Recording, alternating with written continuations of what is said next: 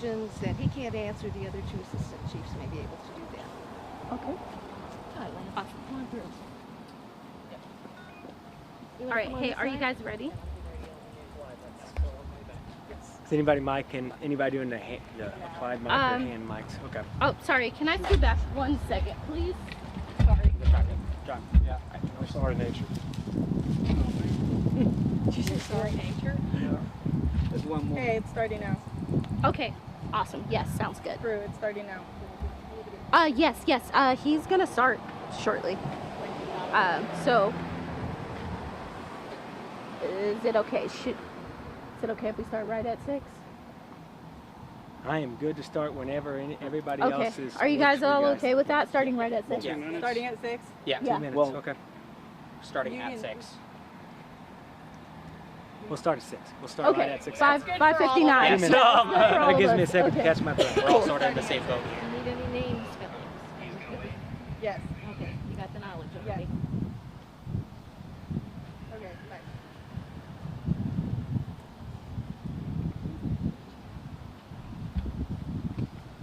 And it's Bollinger, is that right? Bollinger, yep. Okay.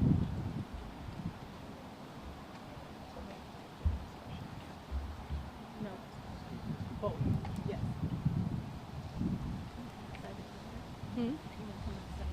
Well, we can. Will you just make sure Jamie knows that? Okay. Yeah. Bollinger. Okay. Well, no, just tell her in the microphone. Bollinger. Okay.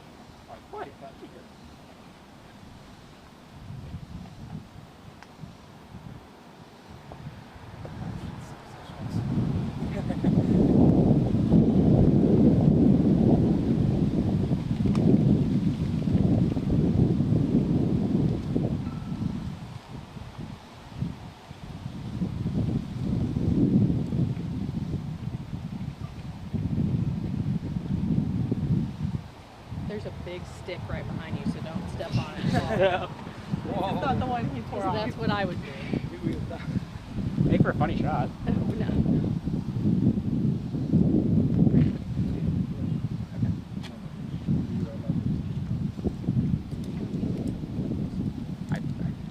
Yes, I am here with Chief Bollinger, who will be doing a briefing right now as we learn more information about what has happened here at 301 College Avenue. Chief, can you tell us a little bit about this incident?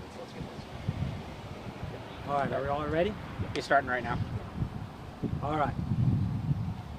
So I'm just going to be very brief today and just kind of give a basic overview of what happened. We can take questions at the end, but we're not going to be able to provide a lot of answers. So at 15:05 hours today, officers from the Columbia Police Department responded to the 300 block of Campus View Drive in reference to a suicidal subject. Officers at that time spoke with the individual and were able to clear the call. At approximately 15:57 hours, the individual called back into 911 and requested officers respond back out to the scene. When officers responded out to the scene again, the individual was armed with a weapon and started firing shots into the air. A short time later, the subject started directing the gunfire towards officers, at which time officers returned fire at the suspect. The suspect is deceased at this time. The investigation has been turned over to the Highway Patrol. That is all we have for right now. Was anybody injured during the shooting? No Anybody one else? except no officers and no community members have been injured at this time. Do you have any idea, maybe from dispatch notes or anything like that, as far as the call goes? Was it made to Joint Communications, and that's how you all got the call? Yes, all of the calls were routed through Joint Communications dispatched out to officers. Any idea just as far as what was said in those 911 calls to, I guess, get coded like or listed as a suicidal subject? So that is not stuff that we're going to go into at this point. All the details on the investigation, that will come out throughout the Highway Patrol's investigation. Is this the first time you've responded to this residence with a similar situation? Again, that's going to be something that's going to have to come out in the Highway Patrol investigation. We're not going to get into the specifics of that. How much time, and I might have missed this, but how much time was in between the initial phone call and then the second phone call? The initial request came in at 15:05 hours, and then not quite 52 minutes later, at 15:57 hours, a second call came in requesting how long did that altercation take place for? From the second call to when? No, I'm not able to get into details of that right now. Can you say how many shots were fired? No, not at this point. When you returned to the scene, did it take place outside or inside an apartment, or where did it take place? I think we can say it occurred outside of the residence. Gotcha, okay. And to be clear, the person who made both 911 calls will be the same person. That is unknown at this time. I will tell you the second call came in from the subject involved. And was there any property damage involved in this as well? I mean, just knowing that there were multiple shots fired. So there's still investigations at this point. We can't release any of the details about vehicles or buildings or anything else that could damage. Will an autopsy be conducted? Yes. Do you know if the suspect was by himself or herself, and if anyone else was around? That's going to be stuff we're not going to go into at this time. It was a male subject, though? There's a male subject. I'm not any other pedigree information other than male subject. We're not going to release until we've had time to notify next of kin. Chief, these suicidal subject calls, I'm sure, are always kind of dangerous to go into, really, for officers and the person involved themselves. Any thoughts? Have you even had a chance to talk with your department staff, like even from this or before, on handling these types of calls and addressing them? Yeah, absolutely. Suicidal subject calls are one of the most difficult, challenging calls that officers have to handle. We give them a priority list of how they should handle it, and we call them our safety priorities. We literally grade it as new officers from the time they start to the time they end. And it starts with priorities of life. Hostages and innocent people are our number one priority. We don't want anyone else to get hurt, right? Police officers are going to be third on that list behind hostages and innocents. And then the final subject is going to be the subject who's involved in the incident or the suspect. They're still on our list. The safety of all people is our highest priority, right? Law enforcement, we get into law enforcement to save people, to help people, and to try to safely resolve incidents. There's sometimes it's just beyond our control, and we have to react to dangers that we face. Can you say how many officers were dispatched to that original call and how many officers were sent to the second call? No, not at this time. Did you say this was an adult subject, though? It is an adult subject. Any idea how the first call was resolved? Was contact made with the caller? Not something we're going to be able to go into at this time. You said no one else was injured when the shots were fired in the air. Was anyone else present at the time, or were there people walking by? Not something we're going to go into with any other witness information. Officers on leave at this time? We're not. We're so early into this investigation that we're not there yet. I will say, as a general practice, most of the time, anytime an officer involved in a shooting, they get put on the street. Just as a general rule. Were CPD and MSHP the only two jurisdictions that came out here? I don't have that specific information right now. And what comes next in the investigation? At this point, there will be two investigations that occur. There will be a criminal investigation that's conducted by the Missouri State Highway Patrol, and then there will also be an internal administrative investigation that's conducted by our department to make sure everything was within policy. Was the suspect pronounced dead on the scene? Yes. Did you find any weapons on him or anywhere else in his apartment or nearby? We're not going to go into the details. I say we can't confirm that the suspect did fire shots. Just, I guess, as a matter of record, I know it's been talked a lot in the city. Do you have mental health co-responders yet? No, we are still working through that. Assistant Chief Hunter is actually one of the ones that's working point on that to get a co-response model mapped out, but we are not operational with that program at this time. And how important do you think it is to have that kind of partnership? The mental health side of what we have to deal with on a daily basis is a huge problem for law enforcement, and so the more people, the resources we can get helping out with that, the better off we'll be. Do you have a timeline on how long that might take? I don't at this point. Anytime, Chief, anything that you wanted to add on this? No, I mean, we feel for the families of everybody involved, right? The subject who was involved in this incident, as well as the police officers involved in this incident. I will tell you, it's a really stressful event on everyone involved, and our hearts and our prayers are with them.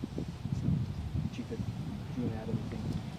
I would just say that when it comes to the co-response issue, I think this is a great example of why we have to be very mindful of how we construct that model.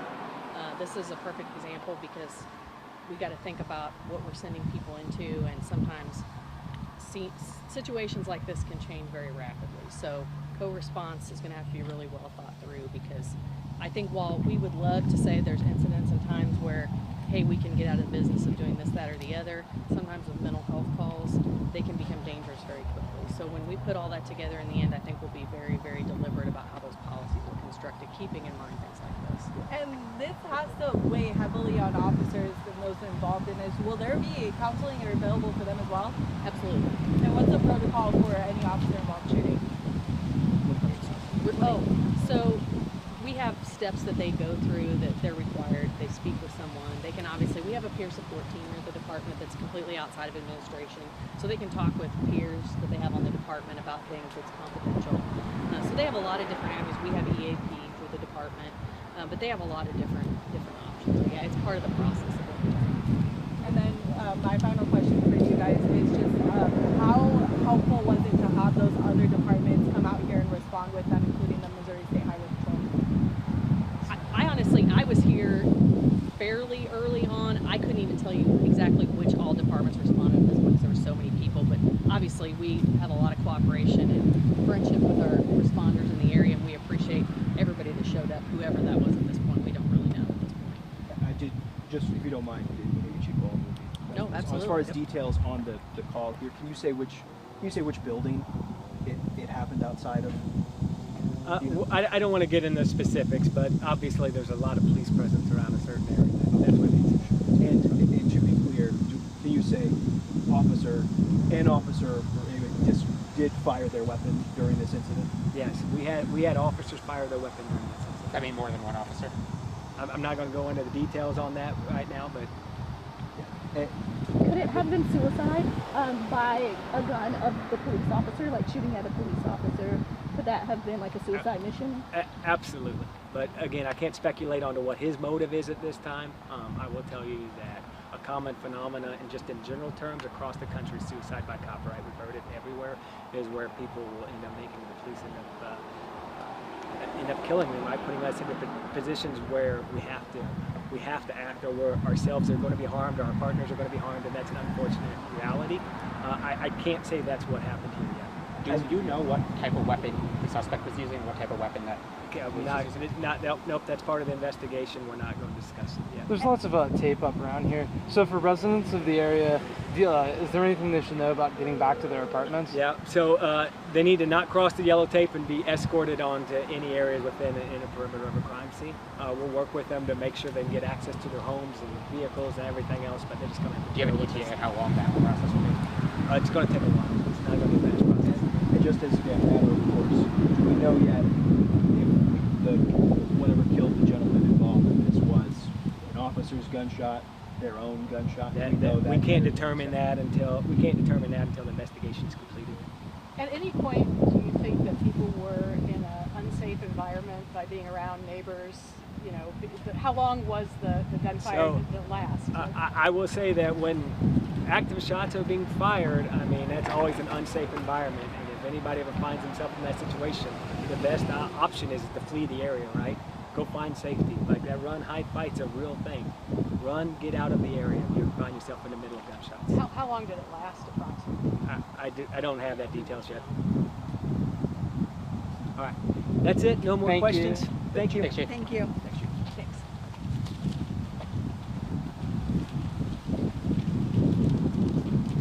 That's very interesting. I know, I was talking about the person who died.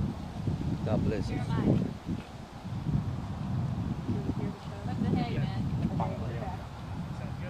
They cut that. They cut it like 4 minutes on. I just figured. Yeah, I figured we'd get the tape just in case. But. He's doing something there. Will you keep me updated?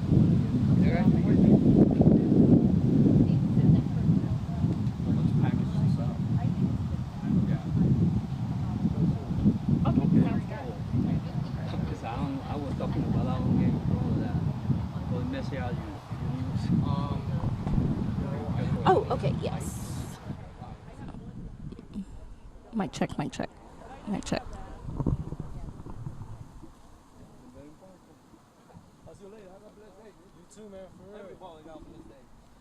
Thank you.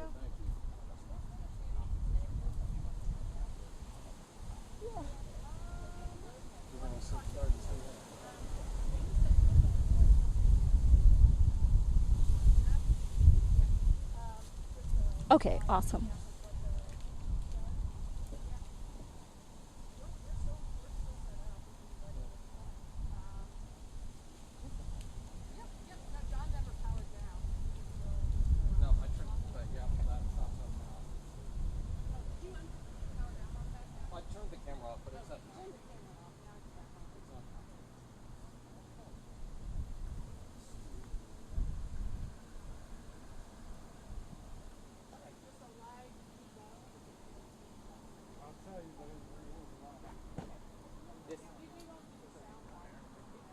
Tell me it'll probably be a little longer than 30 seconds now. There, heads up. I was afraid you were going to walk the street.